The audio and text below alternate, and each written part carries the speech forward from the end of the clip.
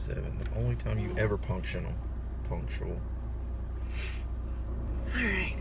Nobody's watching yet. Alright, guys. We are live. Excited. In the parking lot at Red Lobster. I got some. Dinner. There you go. So there's a glow. How is everyone doing tonight? Sorry that I sound like Barry Manilow or Barry White. I'm sick. How's everyone? I don't know how to get the... Oh. Hold on, guys. Bear with us. So this is how it works, guys. Let us know what you're thinking. If you like what you're seeing, go ahead and double tap the screen. Give us some hearts. Let us know. I can't see the comments, though. I don't know how to see the comments. Maybe no one's commented yet. Oh. I don't know. Anyway, so the reason we started this was because we've been getting a lot of people asking questions about, you know, how we met, and with Casey being a cop and me being African American, like how we deal with everyday situations, especially in the past, 3 weeks with everything that's gone down in America. Like, how have we... It might have been longer than that. Has it been... Okay, the last month.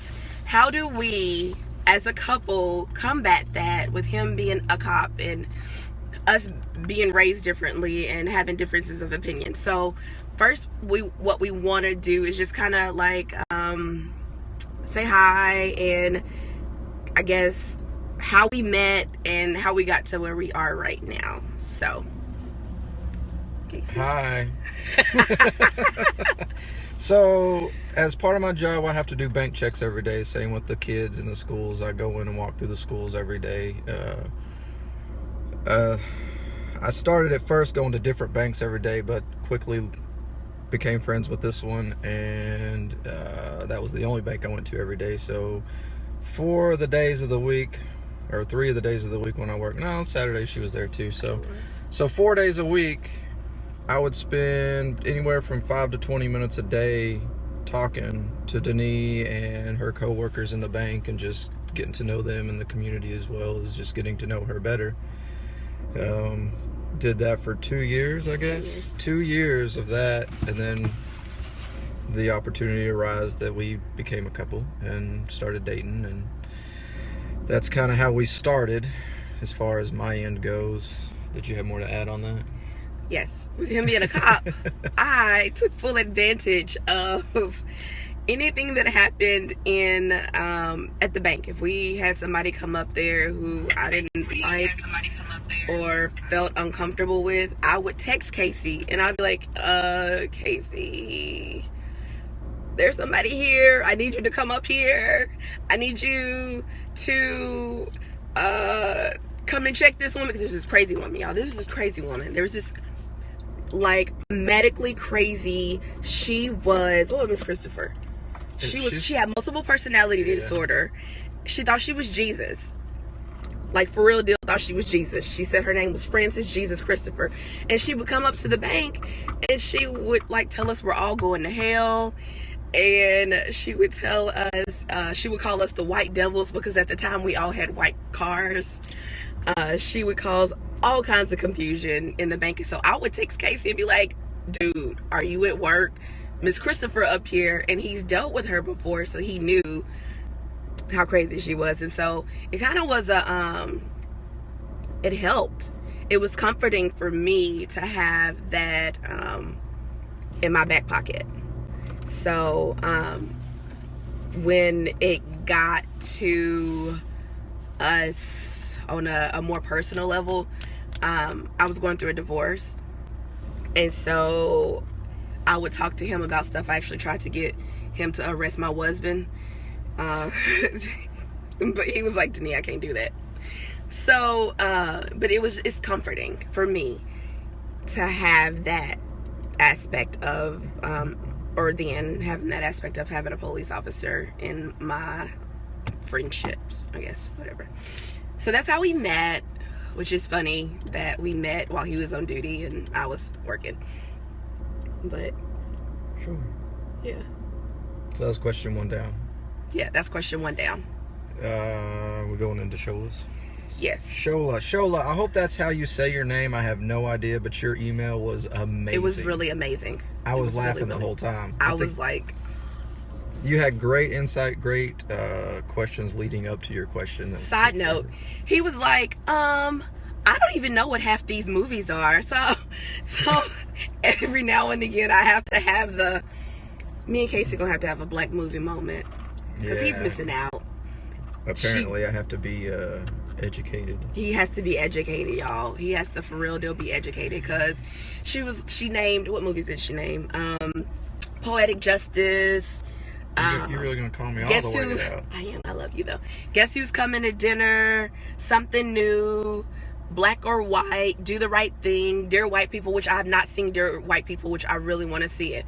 But it's hilarious because he's like, yeah, I've never seen any of these movies, and I'm like, what? But anyway, go ahead. About her email. Oh, I was done. Other than the final question was, when something happens dealing with race, do I or her, either one, feel like we need to walk around on eggshells around each other? It's never been like that for us. Every dynamic of our relationship so far has thrived on we are brutally upfront, honest, and completely vulnerable in whatever's going on with us. So when something like that happens, at first it was, we had some pretty serious arguments, and just not really arguments, but no, they were arguments. Somewhat more arguments, I guess. Where it was very much she was on her side, I was on my side. Now we're getting more to the point of we see each other's sides, and we're trying to play an open field here as far as everything going on. Which Denise will talk more about on her perspective of police officers now that she's dating one, and how she can see the care more for how we live, how we work our shift. On our whole purpose is to make it home at night to our loved ones, and how whatever goes on out there, if it's a threat to us, it's basically comes down to either I'm coming home to the knee or somebody committing a crime is going home.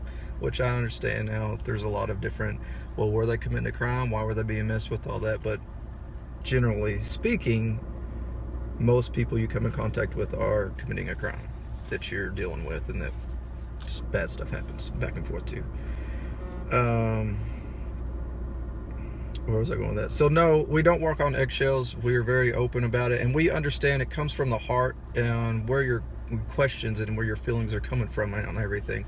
If I say something racially to her, or a question that's racially, if it bothers her, she'll say something, but normally it's not even going to bother her because she knows I'm innocent, and it's just coming, it's where it's coming from. It's not something to be mean, it's something to be educated on. Right. Like, you women in y'all's hair, I'm sorry, but I've come a long way, but I have lots of questions on this black hair.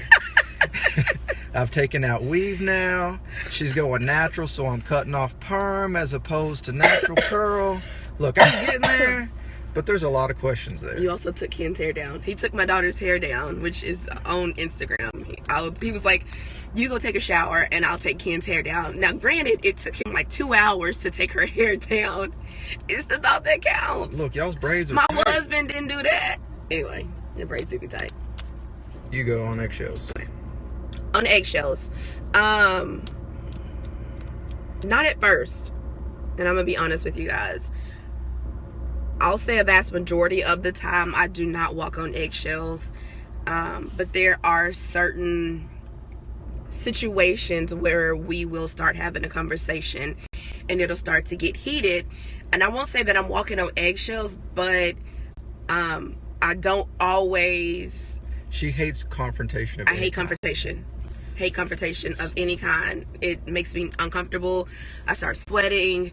I shut down. So as opposed to going into this with him, I just kind of back off, you know. So I don't think it's me walking on eggshells, but I will give you an example. One night Casey was working. I'm going to tell the Black Panther story. Okay. One night Casey was working. He works off duty on Thursday nights, and sometimes when he's not at home, I kind of have fun, you know. I be bored, and You might want to specify your have fun there.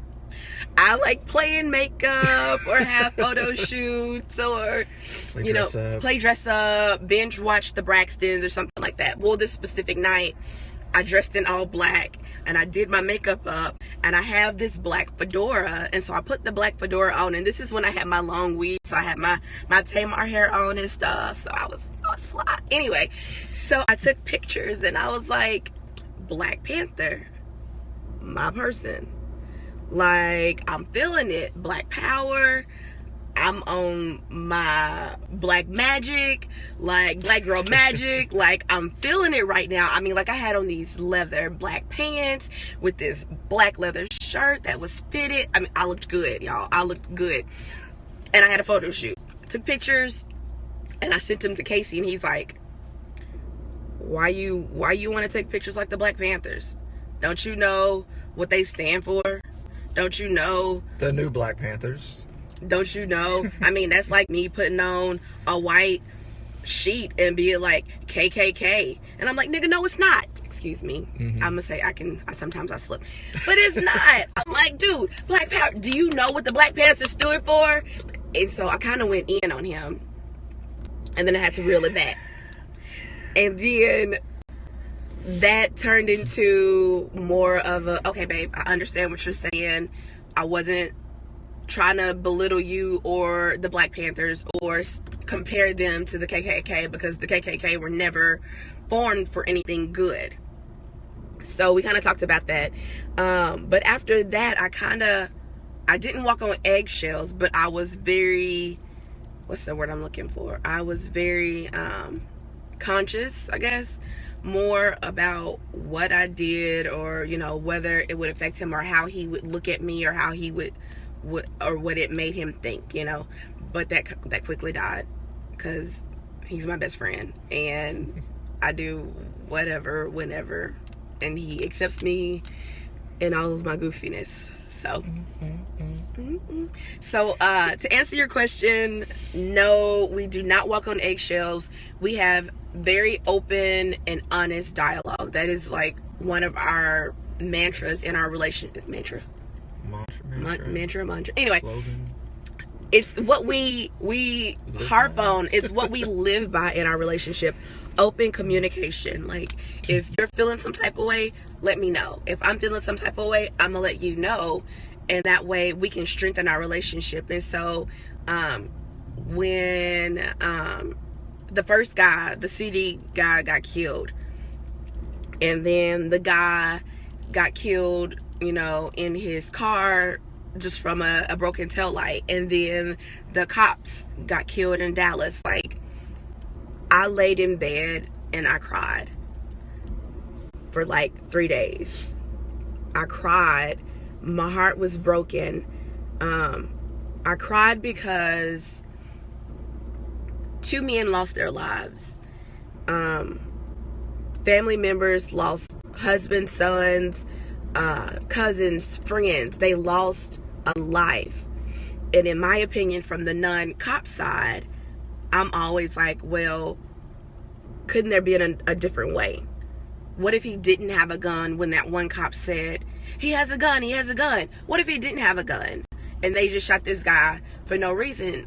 So Casey and I started talking, and he was like, you know, if they knew that guy, if they knew Sterling Brown, I think his name is Sterling. If they knew him when they pulled up with that disturbance, they'd be like, oh, that's Sterling, that's the local CD guy, he ain't no harm, you know, he's not a threat to us. And they could been able to talk to him, as opposed to automatically feeling threatened, and Sterling could have not lost his life, you know. And then also in the case of the guy with the broken tail light, like, that's why we have open communication.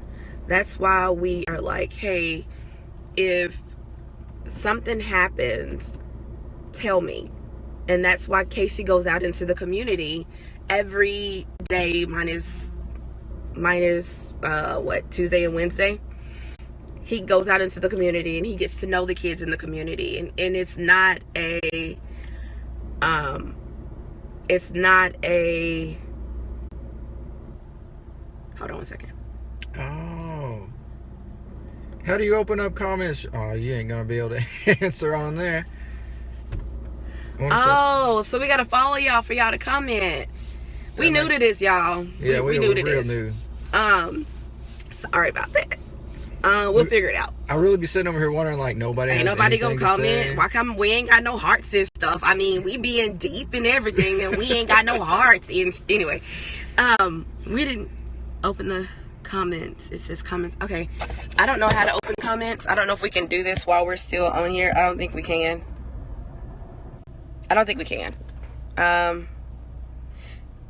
Settings later, I guess. Yeah. Oh, when you get off, just play around with it. Okay, we will. That didn't just happen, guys. Oh, Jesus. So anyway, open communication, going out into the community, talking to the people that you name, like the people that you police. And I feel like that right there is a big issue in America, that cops don't care to get to know the people that they're policing. And it makes a huge difference when they actually do that, you know? So being with Casey, I see more of that, because at first I was like, he did that because he was black. That's the only reason he did it. Y'all need to get y'all lights together. I'm gonna need these cops to stop this. But in all actuality, when you take a step back and when you look at all the facts of everything, like, you have to really step back and, like, I had to do that, you know? And so when those cops were killed, I cried again, because I'm like, Casey goes out there every day. Every morning at 5:45, he is out there religiously. Sometimes he's late because he gets coffee, but he's out there every day. And some person could ignorantly, not knowing Casey, walk up to him and shoot him because he's a white cop. And that scares me. I'm not going to get emotional, but that scares me. That at first I was like, I fear for my black son. I have a black little boy, he's 5, and I fear for his life. But now I fear more for Casey's life than I do for Caleb's life, because Casey's out there every day. Caleb ain't out there every day, you know. And even when Caleb gets older, if you know my son, you understand that he's a nerd. He's a nerd.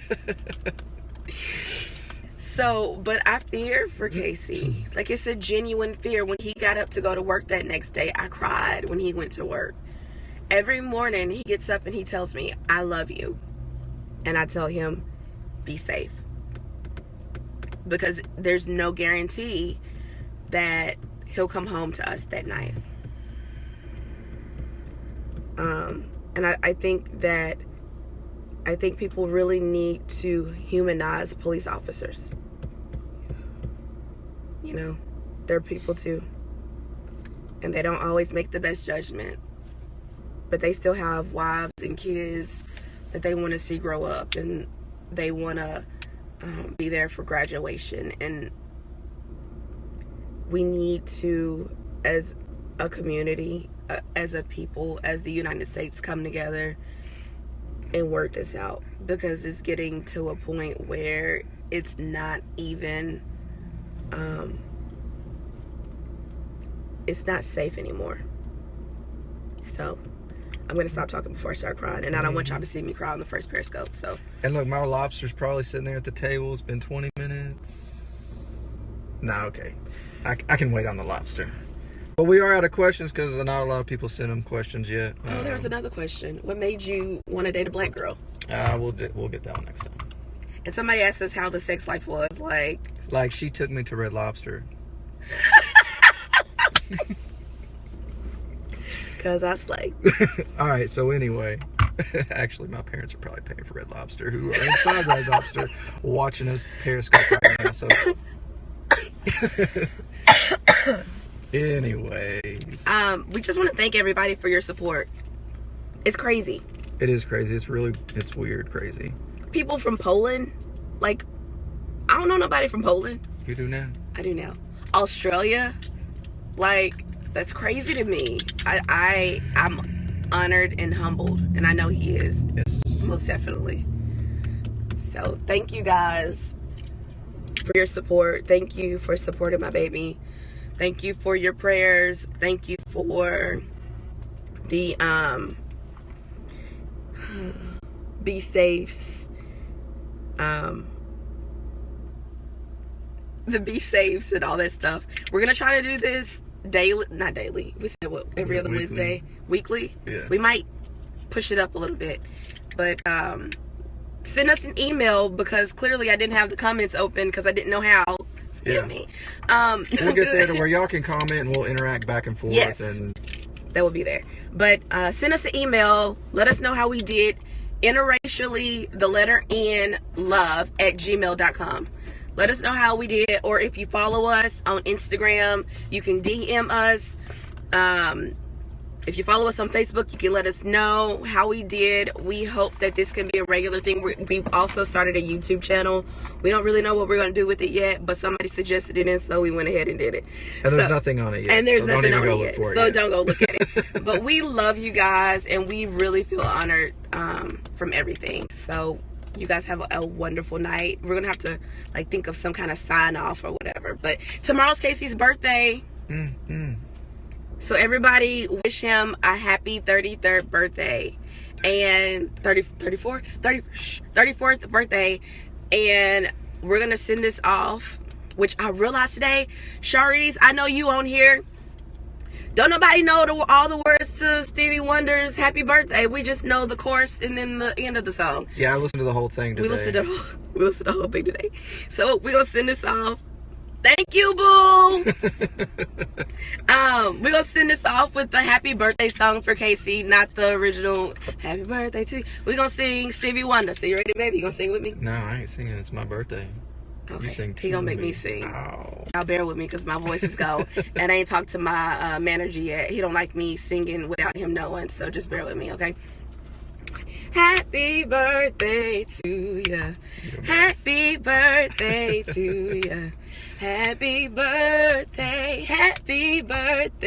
to ya. Happy birthday to ya. Happy birthday. So, Yep. Thank you guys. Thank you guys very much. Deuces, we out.